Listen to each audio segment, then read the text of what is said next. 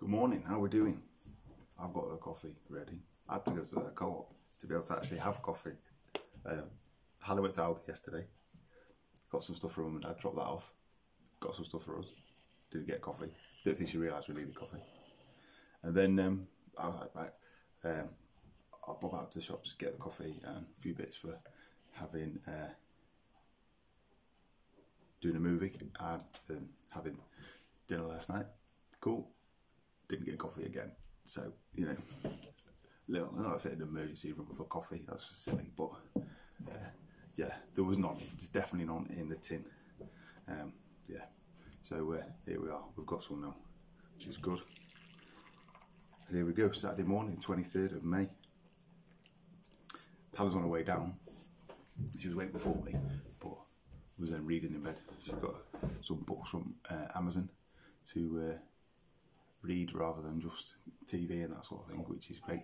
What's up, buddy? Then this weekend, I don't know if he's been fed 100% because kids were down early. I got another new book to read, which came through, which was really cool. And yeah, I've only read the first little bit, and it's not stuff I don't know already because actually it's by an author that I've read a couple of books before, and it's around personal training and business and things like that. And kind of, it's more kind of, the other books we've read are all like kind of quick guides to this particular area of business, like marketing and habits and things like that. This one's kind of more expanded. So it's actually referencing some of the research and things he's talked about before. And yeah, a crazy one is that he's based in America, so he does a lot of his things there, was that there is actually a certain amount of income that once you reach that amount of income, your perception of your life, you won't be any happy with any more money. And actually it then starts to make you, there's more pressure and more responsibility that makes you less happy. So that was pretty startling. That was referencing quite a few different studies. And then the counterpoint was, once you get to earning 10 million, which is it's quite a lot, maybe out of reach for most people. Once you get to earning 10 million, then you become, the happiness goes back up again to the point of the other studies, but only if you are basically self-made to that position, not that you've inherited it or come by it by another means. And the main driver to kind of increase happiness from that position is then giving money away. And as Hannah said yesterday when we were talking about it, so having purpose, doing it yourself, and then being generous to the things that make you happy in that position. But saying that, probably in any position. Probably in any purpose position. And generosity. Purpose and generosity. It's probably true. And it does seem to be fairly universal with some people that we know.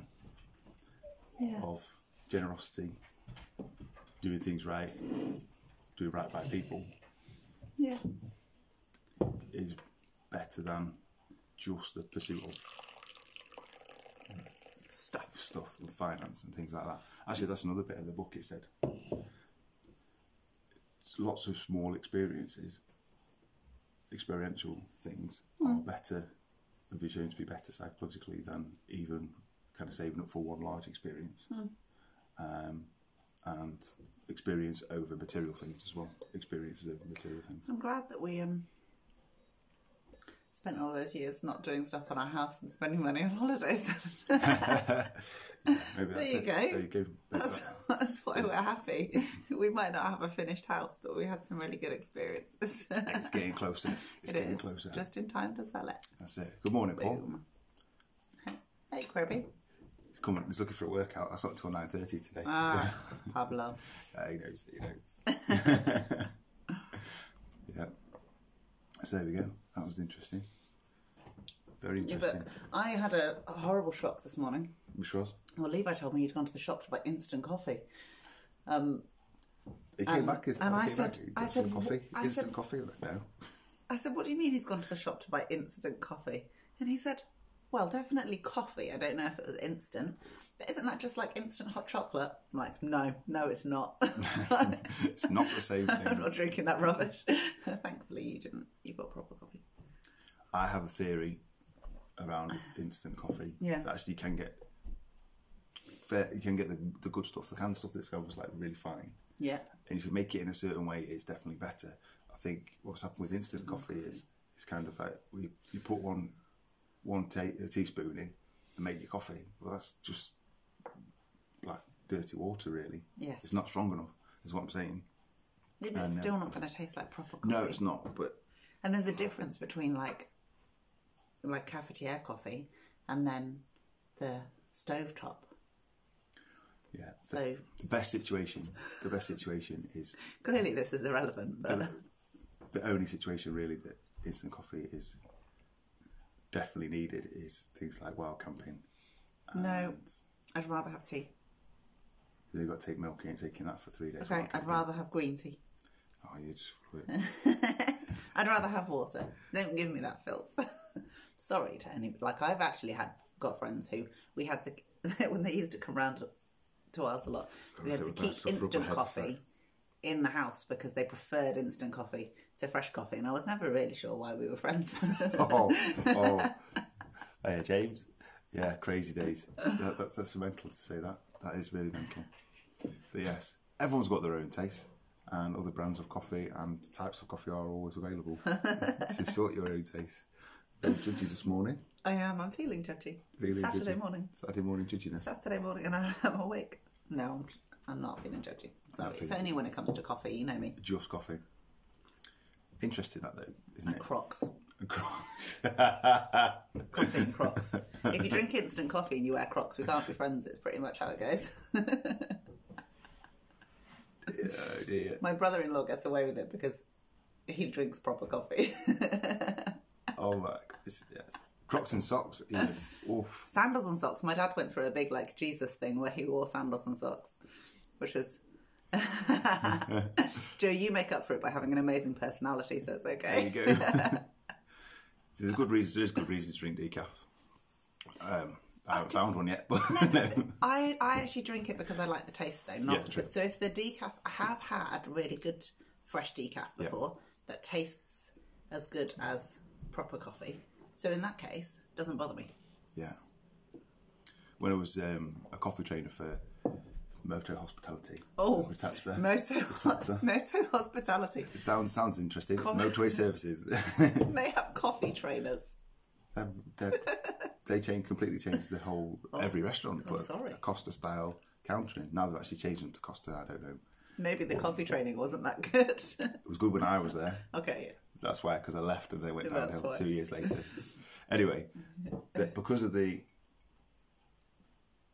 people are much less likely to buy decaffeinated coffee, they had come up with a system where, a bit like the pods you put in some coffee machines now, where you had a decaffeinated pod that was individually sealed and wrapped to make sure the coffee stayed fresh, because they That's a good realised idea. if they had like they another opened it. kind of separate grinder for decaf coffee, it would just sit there for way too long. And Oh, go Motorway Services. yeah, well, that was Ratazza. Kind of Okay. So Moto Costa, I know, right? Granada. Yeah, Karen. Oh, we had this discussion actually the other day. About Costa. Yes, because I've said, put that picture of my coffee that I made on, and I said better than Costa, and Karen obviously said, yeah, way better. Because they can't make an Americano. It's always too hot water, and then they just drop the coffee in, like, there's your coffee. Don't have to make this one really. Doesn't have milk in it. Can froth milk for fun. They But don't. can't. Independent coffee places. Mm-hmm. There's some amazing coffee places in Leeds. And That some might there's good really- ones over here. Yeah, no, I believe you. Yeah. The coffee lounge is good. Down in Yeah, Leeds. yeah, coffee lounge is good. But still, I'm just saying, like, you know, Overflowing for cup's good. people that are going to get like a flat white. Yes. No, you can get a coffee, but it's not like for people who are really into coffee. Oh, totally. Like, there's nice places in Leeds. That's We're it. all right because we drink black coffee. I'll just have a That's French it. press. French press. It is kind of like the. Or drip coffee. We're really talking about coffee this morning. I don't know what's going on. It's my fault. People who come up this for the first time, I think that's what it's about, the morning coffee. We Actually don't normally talk about coffee. Mark was talking about something that actually mattered. 9 before weeks this, every and I morning or 6 days a week talking about just different types of coffee. I came downstairs and ruined it all with my... You did. We were going somewhere with that. I was and now flabbergasted by the we're going instant somewhere coffee with that. situation. It is a good book, though, that you're reading. It is a good book so far. that I was saying about it. It's kind of expanding on things he's had in other books that I've read. But they were all kind of like little guides to this area of business and that area of business. And so yeah, good stuff. Good start. Definitely. So I seem to be taking from what you've learnt so far that we don't need to earn any more money. No, we just need to. Yet. No, I mean, like you get to a certain point, you don't need to. Any more money isn't going to make you happier. No. You need to manage your money, be generous, and basically have purpose. Do small experience things regularly, and that'll kind of. Well, we can go for a walk in the woods today. That's a small experience. Keep you better. That'll keep you better topped up than yeah. I love it. That's brilliant, Jay. Yeah. So yeah, small experiences, new kids, those sorts of things. Yeah, cool. I once had we've still got an idea of knocking around for t-shirts that say coffee and creatine on them. Coffee, creatine and compound lifts.